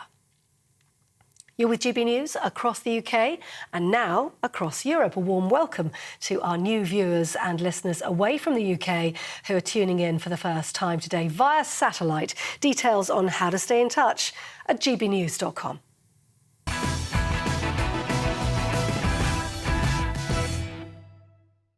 Thanks, Polly. We'll see you in an hour. Tomorrow's news tonight in our media buzz, and let's kick off with a first look at tomorrow's papers. We start with the Metro. PM reads Riot Act to Met Chief. Independent. Sunak U-turn as he concedes pro-Palestine Remembrance Day march will go ahead. And a major independent investigation locked up for 10 years. The reason why? He's autistic. Nicholas is just one of 2,000 patients with learning difficulties dumped and forgotten in secure hospital units in a scandal uncovered by The Independent, which shames the government that has failed in its duty to care for the most vulnerable. And the the Duke, that is, the Duke must be climate leader to fill void left by his father. Environmental activists call on Prince of Wales to step up campaigning. Also, Tories accuse Home Secretary of fueling UK far-right anger. More front pages to come, but let's get reaction to the big stories of the day with my panel tonight. Author and broadcaster, a very old friend of mine, Christine Hamilton. But she's young, but the friendship's old. We go back to the Edinburgh Festival in your days as a stand-up comic. There you go. I'd still do it every night. Businessman and activist Adam Brooks and former Labour Party advisor Matthew Laza. Now, breaking tonight, Sir Keir Starmer is battling a crisis on multiple fronts as it's revealed his party's digital chief, who quit only a few days ago, has been uncovered as one of the organisers behind this weekend's anti-Israel Armistice Day march. Damning revelations exclusive to The Sun newspaper, breaking as we speak, show that Ben Soffer, as mentioned there by Polly in the bulletin, secretary of the Palestine Solidarity Campaign, the group behind London protests over the past 4 weeks, was until this week the Labour Party's head of digital organising. His salary, £61,000. Nice work if you can get it. He was on Labour's payroll when he masterminded the last month of pro-Palestine rallies. Soffer told the paper that he, quote, had moved on from Labour in recent days. The drama follows the sensational resignation of frontbench MP Imran Hussein yesterday. Hussein blasted Starmer's refusal to call for a ceasefire in Gaza as deeply troubling, adding that he could not, in all good conscience, remain in the shadow cabinet. But the Labour leader's not backing down, with a spokesperson for the party insisting that humanitarian pauses are the best way to address the emergency in Gaza. So, delighted to have a top former Labour advisor with me in the studio, Adam Laza. Is this... You've merged us. Oh, Yeah. Adam, I've gone mad. Matthew, forgive me. Matthew, listen. I've been called a lot First worse, of all, don't worry. your reaction to this breaking story in The Sun, Matthew, that actually somebody on the payroll of the Labour Party has been organising these marches. Yeah, well, let's just be clear that he's been organising them in his spare time. That's all right. That's all right, hang then. on, That's fine. hang on. Let me be clear. First of all, the marches are... Look, I don't agree with the marches, and I'm not a member of the Palestine Solidarity Campaign, but he's been... You know, it is a well-known, long-standing organisation that campaigns for the rights of people in Palestine and about the humanitarian crisis. So there's no question of him being involved with any extremist groups. He didn't work personally for Keir Starmer. He's actually on the left of the party. He's been there since 2015. He used to be married to a left-wing Labour MP, Cat Smith. So he's a well-known figure on the left of the Labour Party. When Keir took over, obviously the Labour Party employs a lot of people. A lot of people left who were supporters of Jeremy. Ben had obviously sort of doubled down and was carrying on with a very specific role. He's not involved in making policy. He's not involved in making policy on any issue, and certainly not on this issue. And it seems to me right that he's moved on if his focus is elsewhere. But this doesn't mean that the Labour Party is endorsing the protests. It means that one person who worked for the Labour Party was involved. I'm not sure this is a good look for the Labour Party, is it, Adam? It's a terrible look for the Labour Party. A really bad look. And I would think that there would be meetings on meetings at the moment within the Labour Party trying to sort of get themselves out of this hole. You know, the optics are awful, especially if there's going to be trouble at the weekend. If this kicks off, not only are the Met going to look very stupid and foolish, so are some within the Labour Party that are organising it and supporting this.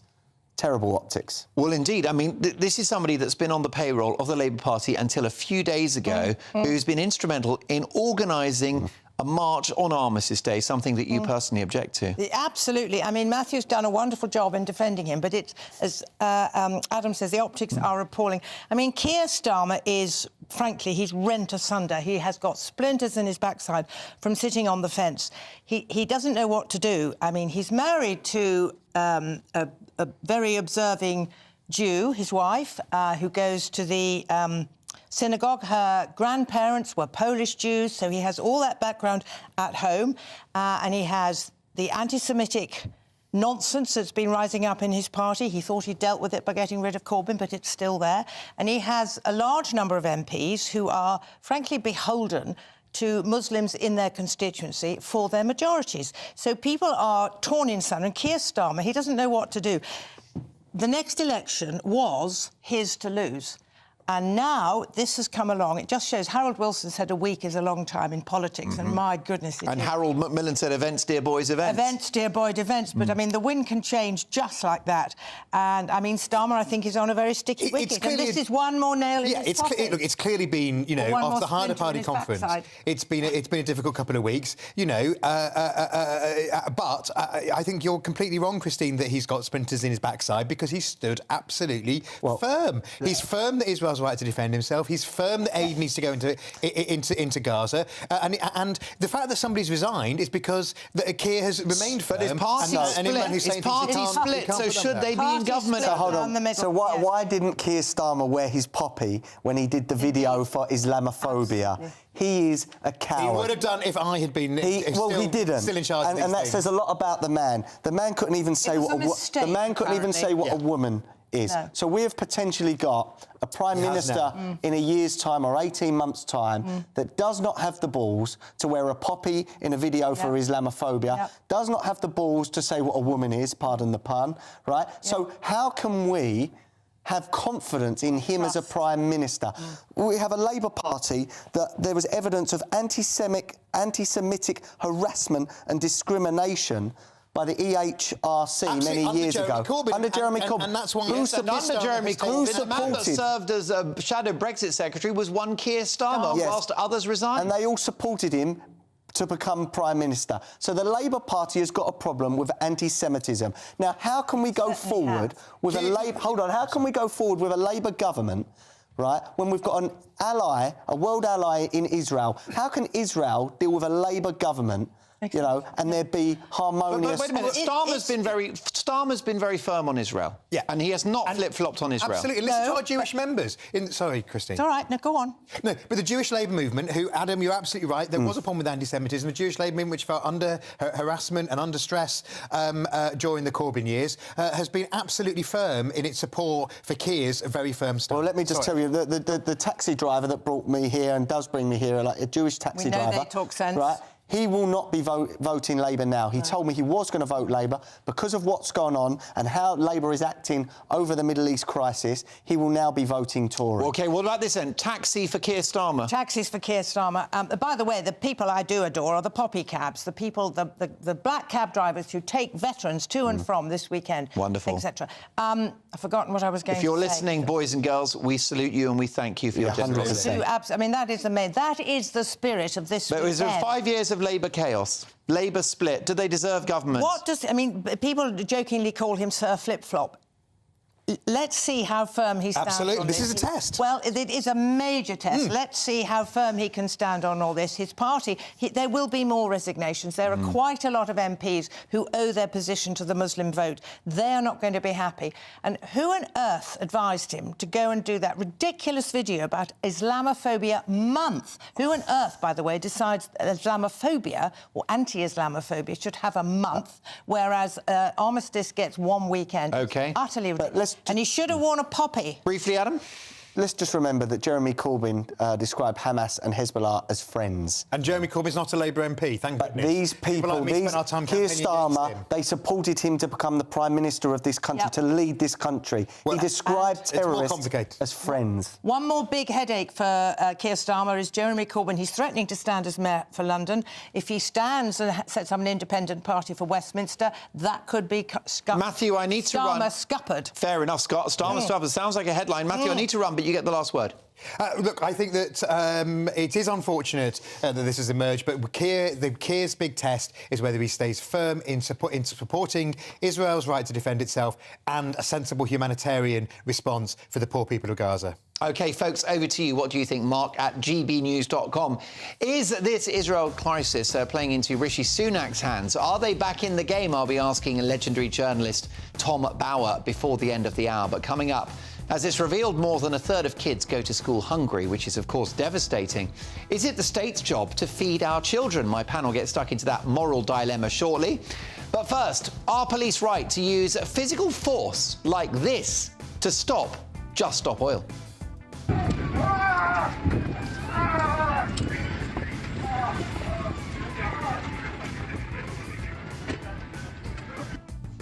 Well, the Climate Group spokesperson Emma Brown goes to head-to-head with former police sergeant Harry Tangy in the clash.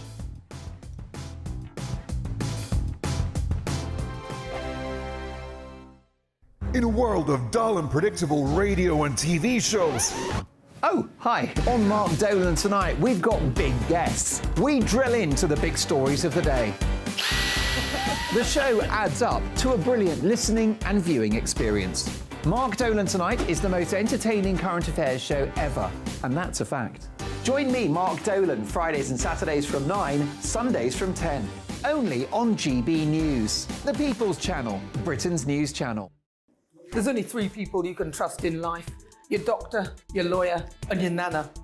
I'm not sure. So join me, Nana Aquare, at 3 p.m. every Saturday and Sunday, where we discuss the biggest topics of the weekend. Be ready for battle. Could you be quiet? What is this? It's my new teeth. It's your new teeth. I don't bite. Well, not without a good reason. Always honest, always fun. Every weekend at 3 p.m. on GB News, the People's Channel, Britain's news channel. So Jubes and Kerr, we tackle the issues of the day with real, robust debate, both sides of the fence, battling it out with me in the middle with my forthright opinions and views. And often really interesting things happen because you start with a position and then by the end of the debate you find actually, well, I might not have thought about that one. What we need in this country is 2 new political parties. You should maybe think about doing a 2024 calendar. I'm Michelle Dewberry and I'm keeping you company right through until 7 o'clock this evening. GB News, the People's Channel, Britain's watching. Join us every night on GB News at 11 p.m. for Headliners, which is 3 top comedians going through the next day's news stories, which is exactly what you need, because when the establishment has gone crazy, you need some craziness to make sense of it. Headliners. You don't have to bother reading the newspaper. We've got it covered for you. Every night at 11 p.m. and repeated every morning at 5 a.m. We won't send you to sleep like some of the other paper review shows out there. So join us 11 p.m. every night on GB News, the People's Channel, Britain's news channel. GB News, unlike other broadcasters, isn't obsessed with the London-Westminster bubble. We think there's a nation beyond the M25, and that's why we talk about the issues that matter across the land. Join me on State of the Nation, 8 to 9 o'clock, Monday to Thursday, on GB News. Daisy's listening, and you should too. Every Sunday from 11, join Michael Portillo. There will be topical discussion, looking at the week before and the week to come. So kick back and relax at 11 a.m. on Sundays on GB News with me, Michael Portillo. GB News, the People's Channel, Britain's news channel. I'm Andrew Doyle. Join me at 7 o'clock every Sunday night for Free Speech Nation, the show where I tackle the week's biggest stories in politics and current affairs with the help of my 2 comedian panellists and a variety of special guests. Free Speech Nation, Sunday nights from 7 on GB News, the People's Channel, Britain's news channel. Nightmare commute? Kick it up a gear with me, Patrick Christie's at Drive Time, 3 till 6 p.m, Monday to Friday on GB News Radio. You can listen online and on DAB+, on the smart speaker app and on the GB News app. And if you've got an Alexa, all you have to say is, Alexa, play GB News. We're also on TuneIn and the Radio Player apps. From the school run to rush hour, get revved up with me, Patrick Christys, on GB News and GB News Radio.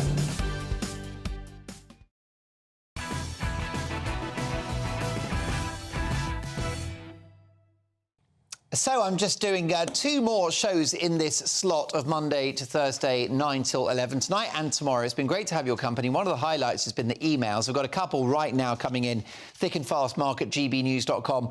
Mark says, John, the Welsh Labour government just voted for ceasefire, so Starmer has no control over them. Linda says, hi, Mark. Starmer knows the vast silent majority in this country do not support these marches and have nil support for Hamas.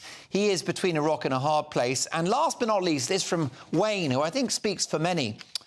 Wayne says, hi, Mark, I'm sick to death of ordinary British people who want to march, congregate or celebrate British values being labelled far right. And by the way, where were all of these people when Yemen was getting blown to bits on a daily basis? Listen, by the way, we're going to have a great debate about Just Stop Oil because cops have been getting quite physical with the protesters. Is that appropriate? How about this from John? Hi, Mark. The only thing the police will do to Just Stop Oil is dance to the song Let's Get Physical with rainbow armbands and rainbow head banners. That's from John in Leicester. Well, you've painted quite the image, let me tell you. Really looking forward to the rest of the hour, by the way. What did you think of that King's speech yesterday? Send me to sleep. Has Rishi Sunak already thrown in the towel? We'll debate that with Britain's feistiest and most fearless journalist, the brilliant Tom Bauer, live in the studio. So, folks, all of that to come. But first, The Clash. And a desperate paramedic racing to the scene of an urgent life and death emergency was forced to beg police to clear Just Stop Oil protesters. This was from Waterloo Bridge in London this morning after the eco-clowns staged a slow march, halting traffic in both directions. But the so-called climate activists got a taste of their own medicine when they were left angered by the police response to their antics. Megan, have you got the clip? Let's have a look at it. Pain compliance being used! They're bending his wrist! Not when you're torturing me! Not when you're torturing me!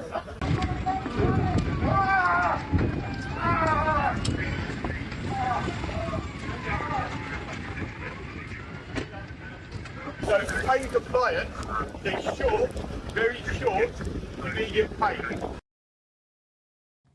Lively stuff. Well, tonight I'm asking, are the police right to use physical force to halt Just Stop Oil? Let me know your thoughts. Mark at gbnews.com or tweet us at GBNews and do vote in the poll on Twitter. But to discuss this now, I'm delighted to welcome the former police sergeant and former police sergeant and current writer, Harry Tanji. And we'll catch up shortly with Just Stop Oil's Emma Brown. First of all, Harry Tanji, thank you so much for joining us. What do you make of the more robust approach from the police in the last day or two? Well, hello, Mark. Yeah, they've basically been looking at the law that's been happening, stated cases, the way the courts are going. I believe they've made 219 arrests since the beginning of November. 150 charged now. So they're getting a feel of what is actually accepted by the courts. They can't be interested in what the whole thing is about. They've got to be impartial. And so you have to ask what the alternative is then. Do we just let non-compliant people go? Now, if you actually dragged someone away, you're more than likely going to cause an injury to them, muscular or even bone, especially when elderly people are being involved maybe, and cause injury. Pain compliance has been around for many, many years. And when I was on public order unit, that's what was taught. And we used it very rarely. It was basically to get someone to let go of something when we were able to do so, when it was legally necessary and all other options had failed. So the alternative to this is to just let them go. And I think we've got to remember that they are going to be putting anyone who is having pain compliance put on them, and they've got an audience, will be putting a show up. I think we can be pretty sure about that. Well, Harry Tanji, great to have your thoughts on that as a retired cop. Let's now welcome Just Stop Oil's Emma Brown. Emma, great to have you on the show as well. I've just received this email from Ian, Mark at GBNews.com. He said, considering the Just Stop Oil cretins were obstructing a paramedic trying to get an emergency with all of the blue lights flashing, I think the police were too gentle with the protester. Do you agree? Well, it's really unfortunate that ambulance was caught up in that disruption. We know that what we do is disruptive. The protesters were on the other side of the road from the ambulance, and at that point all of the people had already been in police custody and had been dragged into the central reservation. So we were not blocking the road as such, it was more the police that were blocking the road. And I think we've seen, you know, the police have a responsibility in terms of public order. They shouldn't be bending back people's hands, and that's completely illogical. And they should also be responding in a manner which is obviously as least disruptive to other vehicles as possible. So I wanted to point out that the person in that video, I know him. He's called Alistair Glass. He's a NASA scientist who worked prominently on the James Webb telescope. So I would ask, why is a person like that in a position like this? Maybe there's a reason for that. Well, he's a NASA scientist. He's obviously been chucked out of that organisation. I hope he tells us when the shuttle lands, because this is a guy that is obstructing a road in this country. You mentioned that it's unfortunate. I think that's a very strange word. We're talking about a medical emergency here. This is a paramedic that needs to treat someone. It's more than unfortunate. And none of this would have happened without Just Stop Oil. There comes a time when it's not like we have the perfect solutions. Like for ordinary people, there's a limited amount of things that you can do to make your voice heard. And walking down a road, I'm sorry, Harry, but that is one of the oldest means of protest that we have ever had in a democratic country.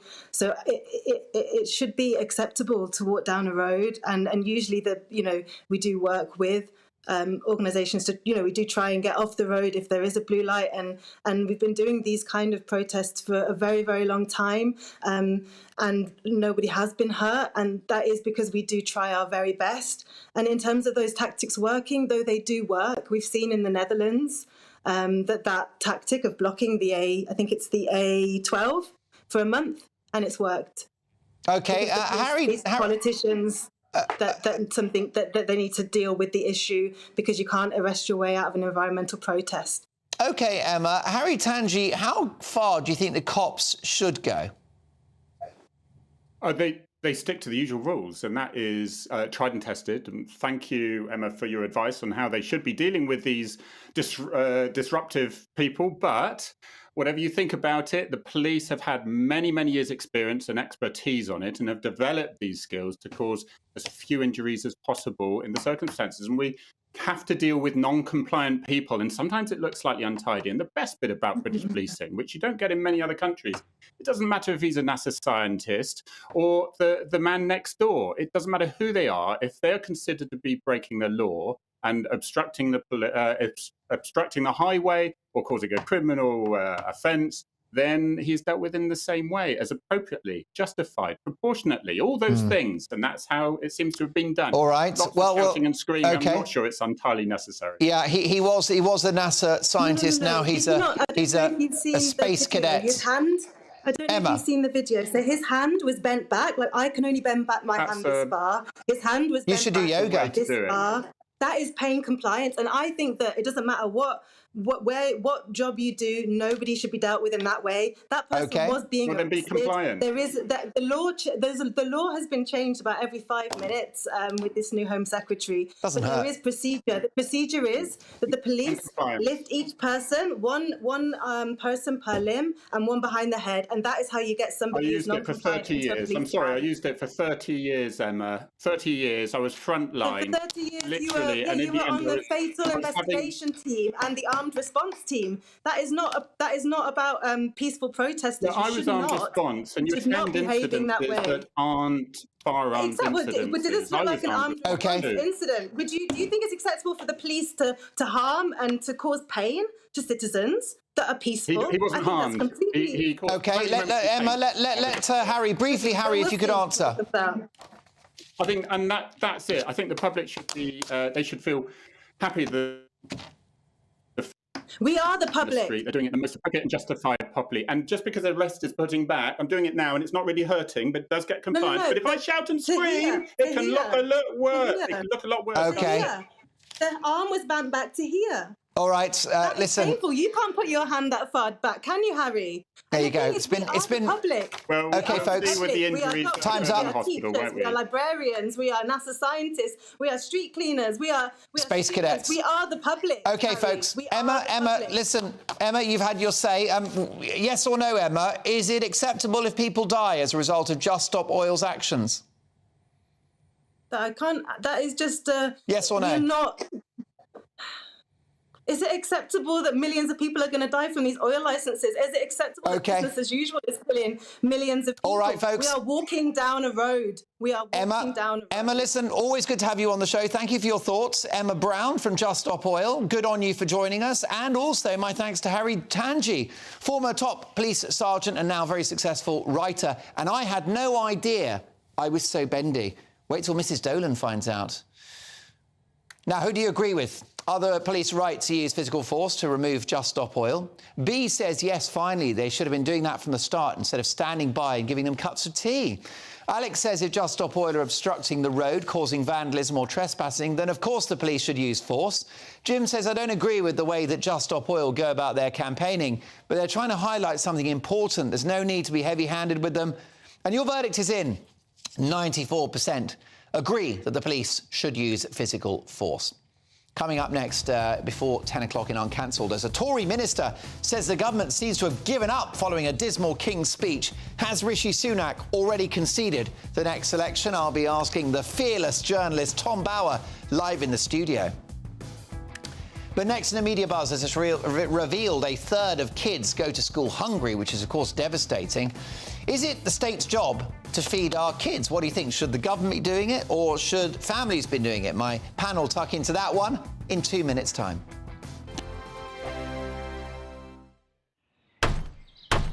Who is it? We're here for the show. More energy this time! Welcome to the Dinosaur Hour. I was married to a therapist. And you survived? I thought we were getting Hugh Laurie, second best. You interviewed Saddam Hussein. What's that like? I was terrified. I'm playing strip poker with these three. Ah! No, thank you. My CDs need to be put in alphabetical order. Are you going to be problematic again? The Dinosaur Hour. Sundays at 9 on GBNews. Tired of the usual focus-tested, pre-prepared Westminster runaround? Well, so am I. So you want higher taxes? Is your department to blame for this? Are you rethinking this policy? Every Sunday at 9:30, I'll be sitting down with those in power to get the truth about the issues affecting you. Let's be honest, we've known about the cost pressures of this project for years, not months. That's the Camilla Tominey Show, a politics show with personality. On GB News, the People's Channel, Britain's news channel. Join me, Patrick Christys, Monday to Friday, 3 till 6. We tackle the day's news agenda like you've never seen before. It's high tempo, high octane, the most controversial topics and the best guests. You will not be able to take your eyes and ears off it. I'm not afraid to ask the questions that you really want answered. 3 till 6 p.m, Monday to Friday on GB News, the People's Channel, Britain's news channel. Now then, Lee Anderson here. Join me on GB News on my show, The Real World, every Friday at 7 p.m. I'm not eating bloody cat. Are you Delicious. mental? Open your mouth. OK, here comes a train. Reminds me of the scene in Singing in the Rain. Adam, is that a good one? Whoa! Join me at 7 on GB News, Britain's news channel. I'm Andrew Doyle. Join me at 7 o'clock every Sunday night for Free Speech Nation, the show where I tackle the week's biggest stories in politics and current affairs with the help of my two comedian panellists and a variety of special guests. Free Speech Nation, Sunday nights from 7 on GB News, the People's Channel, Britain's news channel. GB News, unlike other broadcasters, isn't obsessed with the London-Westminster bubble. We think there's a nation beyond the M25, and that's why we talk about the issues that matter across the land. Join me on State of the Nation, 8 to 9 o'clock, Monday to Thursday, on GB News. Daisy's listening, and you should too. In a world of dull and predictable radio and TV shows. Oh, hi. On Mark Dolan tonight, we've got big guests. We drill into the big stories of the day. The show adds up to a brilliant listening and viewing experience. Mark Dolan Tonight is the most entertaining current affairs show ever, and that's a fact. Join me, Mark Dolan, Fridays and Saturdays from 9, Sundays from 10. Only on GB News, the People's Channel, Britain's news channel. Gab.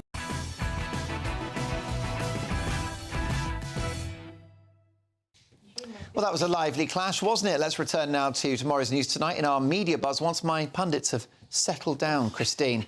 And let's have a look at this. Megan, do one of those sting things. That's brilliant. There you go. That's what we've spent a lot of money on those. Well done to everyone in the craft department for that. OK, the Sun newspaper, PM slams protest abuse. Where have all the poppies gone? No sellers at stations amid fears of attack. And also, Vorders binned by Beeb. That's Carol Vorderman has been fired by the BBC from her very popular BBC Wales show.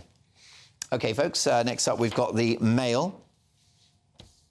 And we've got Camo Kate tries her hand as a drone pilot. That's the Princess of Wales, giving it some military. And as Mark Rowley still refuses to ban Gaza March on Armistice Day, even after being summoned to number 10, PM tells Met Chief, on your head, be it. OK, more on the media buzz with my panel tonight. Author and broadcaster Christine Hamilton, businessman, activist, and, let's be honest, professional boxer now. No. Adam Brooks, got a fight in a couple of days. I pity the other guy. 10 days. And former Labour Party advisor, a real bruiser, Matthew Larser. Love it. In the red corner. Oh. Now, an astonishing 4 million British children are going to school hungry. That's according to research by UK dairy company Arla, who I've got to say do an excellent brand of lactose-free milk. Other brands are available. Do you live in North London? Of course I do. It means that more than a third of kids in Britain are sitting in classrooms with empty stomachs. And the government has been accused of not doing much to change things, with fewer than 1 in 5 parents saying their children have access to a free breakfast club under schemes designed for disadvantaged children. So, Matthew, what do we think about this? Is it the state's job, the government's job, to feed our kids? So I think breakfast clubs are a great idea because all the evidence has shown they massively help school attainment. They help kids do better at school, which of course has very positive consequences both for the kids themselves and for society, because we all benefit from people who do well. The proof is that kids do well if they've had breakfast, but why can't mum and dad give them breakfast? Well, because I'm not in favour of absolute universal provision of free school of school meals, but breakfast clubs which are targeted at schools with lower income backgrounds, they're not means tested for individuals like free school meals that we remember from when we were at school, which are obviously quite rightly continue. But breakfast clubs targeted on schools which have particularly which have lots of kids who don't have breakfast. Yes, of course, in an ideal world, every family would be remember the cornflake packet family, the old phrase. It would all be like that. It would all be like a 1950s textbook, and everybody would be fed before they got to school. They're not, and therefore breakfast clubs make a real difference to those children's future. Christine, I mean, the benefit system is such that families are given money with which to do things like clothe and feed their children. Yes, it's very difficult to have a blanket view about everybody, because certain families, let's be honest, they spend that money on fags and booze instead of spending it on that. Like the Hamiltons? We don't have children of school age, so it's not relevant, excuse me. Don't smoke. And you're not on benefit. And I'm not on benefit, okay. And anyway, no, they're complete nonsense. But your argument is that some families misappropriate the welfare. Of course they do, but the children should not suffer because of that. In an ideal world, no, of course the government shouldn't have to pay for kids' breakfast. On the other hand, as I think Matthew or you maybe both have pointed out, children learn much better. You can't learn on an empty stomach. Absolutely. You can't concentrate. And it's harder for the teachers. They're really good value breakfast club. No child should be expected to learn on. I mean, it's inhumane, and they are good value because it's a good investment. I remember when I was at school, we used to get a free third of a pint of milk. Everybody did. Somebody's going to say it. Thatcher, the milk snatcher. Everybody got a third of a pint of milk. She hadn't hardly been born then. No, she had. She was older than me. But that was a really great programme. But that was a great programme because this was post-war. Yeah. Kids weren't getting enough, and the idea was that if everybody got at least a third of a pint of milk, it would do them good, and I'm sure it did. But I think, it's open to abuse, and a lot of parents will say, oh, yippee, I don't have to give my kids breakfast because they'll get it. But I do think there ought to be a scheme devised so that the children who need it get it. I mean, a lot of companies, I was about to say that when I thought about school milk, things like Kellogg's, and I think this company, Arla, they do already provide a lot of free stuff on the basis that catch them early and they'll eat and a lot of the breakfast clubs are sponsored. Well, yeah, the They're last sponsored, thing we want is our little uns going to school hungry. But you're a family man, and you've worked your way up the ladder. What do you think about this, Adam? I'm torn with this because I don't think people should get free stuff, and you know, I am very torn. But again, kids are at school for 7 or 8 hours a day in some circumstances. Now they need to eat. Now we've also got a state and successive governments that have let a lot of people down, and the cost of crisis. Living crisis has hit hard for many families. Now, I'm someone that if a family cannot genuinely afford to feed their child in the morning, and they are genuine in that, and they can be screened and checked for that, then I would like schools to be able to give them breakfast. And as you say, it will help their learning, and really, it's safety of children and health. And we can't have children at school 7 or 8 hours on an empty stomach. And it saves money in the long run because it means that they're much more likely to do better at school. They're much less likely to get into trouble. They're much less likely to have someone's going to have to pay for this. And again, it is very honourable. It's an investment that works. Kellogg's and these companies to do this, but this money's got to be found from the state. Yeah, briefly, Christine. No, I've said my piece. OK, well, brilliant. I was going to say something in response to Matthew, but the moment's passed. That is a rare moment of silence from Christine Hamilton, but it won't last. Come on, Neil's at home, very jealous with his little Cabernet Sauvignon Blanc. OK, folks, listen, coming up before 11 o'clock, I'll be nominating my what should I say, Union Jackass and Greatest Britons, of course, of the night. And Channel 4 have been nominated, find out why shortly. But next in Uncancelled, as a Tory minister says the government seems to have given up following a dismal King's speech. Has Rishi Sunak already conceded the next election? Has he thrown the towel in? I'll be asking one of the most respected journalists in the country, Tom Bauer, dropping some truth bombs live in the studio next.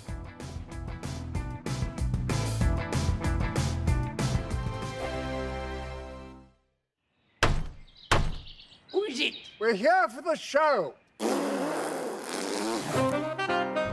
More energy this time! Welcome to the dinosaur hour. I was married to a therapist. And you survived? I thought we were getting Hugh Laurie. Second best. You interviewed Saddam Hussein. What's that like? I was terrified. I'm playing strip poker with these three. Oh! No, thank you. My CDs need to be put in alphabetical order. Are you going to be problematic again? The Dinosaur Hour. Sunday, the 29th of October at 9 on GB News. What you get for breakfast is something that, if we do our jobs right, you will wake up to news that you didn't know the night before. It's a conversation. It's not just me and Eamon. We want to get to know you, and we want you to get to know us. From 6, it's Breakfast with Eamon and Isabel. Monday to Thursdays on GB News. Britain's news channel. People in Britain, they love free speech, but they also love fair play. I don't care if I'm speaking somebody from a trade union, from the Labour Party, somebody from the SNP. And I think the viewers like to see that actually we can challenge one another, but in a positive way. We think we ask the questions that people want to ask, and often we ask the questions that we wanted to ask in Parliament but never got the chance to ask. So join us every Saturday, 10 a.m. till noon on GB News. Britain's news channel. Nightmare commute. Kick it up a gear with me, Patrick Christie's at Drive Time, 3 till 6 p.m, Monday to Friday on GB News Radio. You can listen online and on DAB+, on the smart speaker app and on the GB News app. And if you've got an Alexa, all you have to say is, Alexa, play GB News. We're also on TuneIn and the Radio Player apps. From the school run to rush hour, get revved up with me, Patrick Christie's, on GB News and GB News Radio.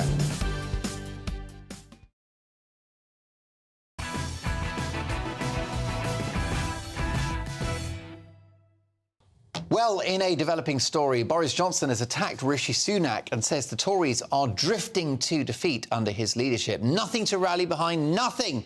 We are just drifting to defeat. The whole thing needs a massive kick in the pants. That is Boris Johnson speaking to Nadine Dorries, who, of course, is out there flogging her book. And I'm delighted to get reaction now from Boris Johnson's biographer, that brilliant book, The Gambler. Tom Bauer, Good to have you with us. And there you go. He's not gone away quietly, has he, Boris Johnson, since ceasing to be Prime Minister? Is he right about Rishi Sunak, that the Tories under his leadership are drifting to defeat? I'm afraid he's right at the moment, yeah. I think from last week it's got pretty bad. I mean, yesterday's King's speech was a huge disappointment. And the idea that the headline was banning smoking, when we can't even ban shoplifting, can't ban rape, can't ban burglary, who's going to enforce this rule? It's just nonsense. Most definitely. And a significant intervention from Boris. I mean, that's going to be a damaging intervention because he still has support within the Conservative movement. He does, but I mean, the point about Boris is that he's responsible for everything that's gone wrong. He is the man. He's criticised his HS2. Well, he's the man who approved it with all the frauds involved. He says Rishi's put up taxes. Well, Boris actually put up the taxes. To pay for his pandemic measures. Exactly. He's the man who every day is being castigated in the COVID inquiry for appalling leadership. I mean, we're actually seeing the real Boris now, a man who's not only a fantasist, but tells untruths to himself. But he's unfortunately right about Rishi. Rishi is proving to be a man who is incapable of political leadership. It's a shame because he's a very able guy. He's got a high IQ and he's not a bad administrator. Well, I'm not too sure. I mean, I thought this whole love-in with Elon Musk last week from Bletchley Park about AI, it seemed to me to be his job interview for when he goes off to California when he loses the election. I just don't understand. He's going to do a Nick Clegg, head off to Silicon Valley. Yes, I just don't understand what he thinks he's doing, because the Queen's speech yesterday, a football regulator, terrible idea. Holocaust Memorial in London, shocking idea. Right next to Parliament. Everything was rotten. And where it all starts is he'd made the same mistake as Boris did. He's arrived in Downing Street with a terrible crew who are not giving him ideas. Yesterday's King's speech should have started, we've had a bad time because of COVID, a terrible time because of Ukraine, destabilising situation in the Middle East, but we've got the plan to rebuild Britain and give you hope. That is what the King should have started with. Instead of all the dreadful, dreadful garbage that came out, it was very, very disappointing. And he's really only got one more chance to revive the Tory party in the autumn statement. And unfortunately, Hunt seems to be a man who just doesn't understand the need to cut taxes. Because where's the entrepreneurship in Britain with these huge high tax rates? Indeed, but like you, I don't like narratives and I don't like to make assumptions. The next election will be most likely May or October of next year. Worst case scenario, January 2025. That is a long time. The economy can pick up. And you and I are both veterans of election campaigns where the pollsters were completely wrong. I mean, very recently, Donald Trump, Brexit, and 2019, Boris's landslide, to name but three. But why leave it so late? Why not start building now? Why take the risk? And there's all to win because Starmer really has nothing to say. And not only that, he's got a hugely divided party. So actually, Starmer has only been made electable because of Boris. And I just think that Sunak, if he had started yesterday with a huge, ambitious plan to rebuild Britain, he could have taken the wind out of Starmer's sails. But instead, even with this march over the weekend, where's the political leadership? The country is being run, it seems, by extremist Muslims. We're being terrorised by these few people who've taken to the streets, terrorising the poppy sellers and all the rest of it. Why isn't the Prime Minister out, as is Sue Braverman is, and say we're not going to have this hate? Why doesn't he tackle it? And that's the problem. He's a technocrat, not a politician. And of course, many on those marches would argue that they're marching in peace and it's only a minority that are but why are they marching together?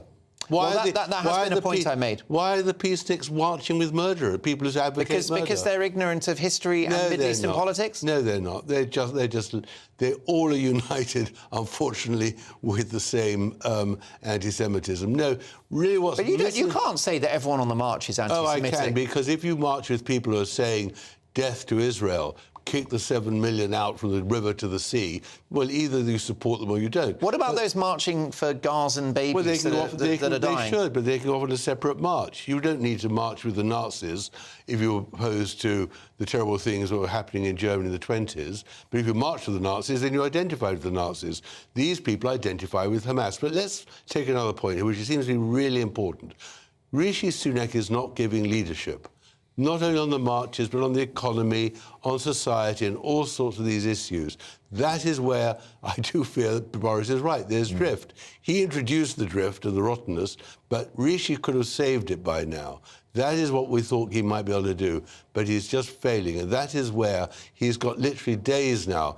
The autumn statement by Jeremy Hunt has got to be a manifesto for an entrepreneurial, capitalist, building society which will enrich people, not again saying we've got to hold our nerve.